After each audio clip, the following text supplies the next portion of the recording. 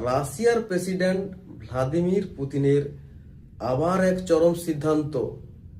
বিশ্বে যখন তেলের হাহাকার চরম তুঙ্গে, ঠিক এই সময় রাশিয়ার প্রেসিডেন্ট ভ্লাদিমির পুতিন ঘোষণা দিলেন তারা আর বিশ্ব বাজারে পেট্রোল রপ্তানি করবে না।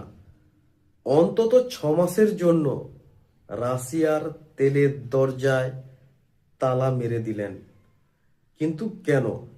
এটা কি কোনো যুদ্ধের কৌশল, নাকি নিজের দেশকে বাঁচানোর চেষ্টা?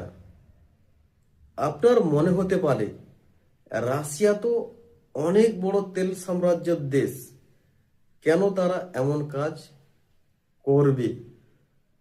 কিন্তু পুতিন বলছেন তাদের এখন চাষবাসের সময়, যাতে চাষে তেলের অভাব না হয় এবং তাদের নিজের দেশের মধ্যে যাতে তেলের দাম নিয়ন্ত্রণে থাকে, তাই এই সিদ্ধান্ত। কিন্তু এর পিছনে রয়েছে একটা বড় ইতিহাস।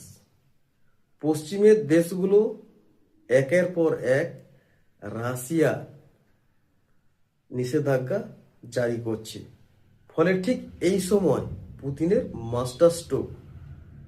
এই সময় পেট্রোল রপ্তানি বন্ধ করে দেওয়া মানে বিশ্ব বাজারে তেলের দাম আকাশ ছুঁয়ে যেতে পারে।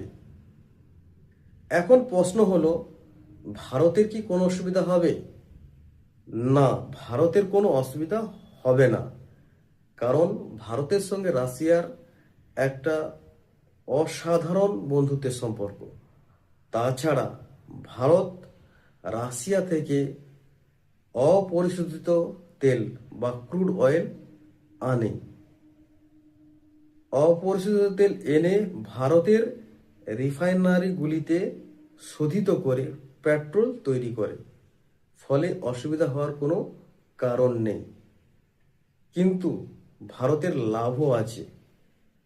ভারত বিদেশে বাজারে পেট্রোল রপ্তানি করতে পারে।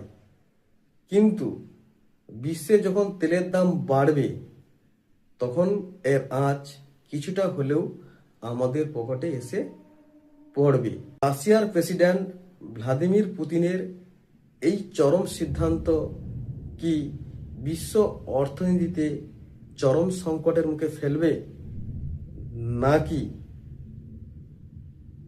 রাশিয়া তার নিজের ক্ষমতা জাহির করার জন্য জ্বালানিকে অস্ত্র হিসেবে ব্যবহার করছে? আপনার কি মনে হয়, তেলের দাম বাড়বে না কমবে? কমেন্টে জানান। আর ভিডিওটি ভালো লাগলে সাবস্ক্রাইব করে পাশে থাকুন। জয় হিন্দ, বন্দে মাতরম।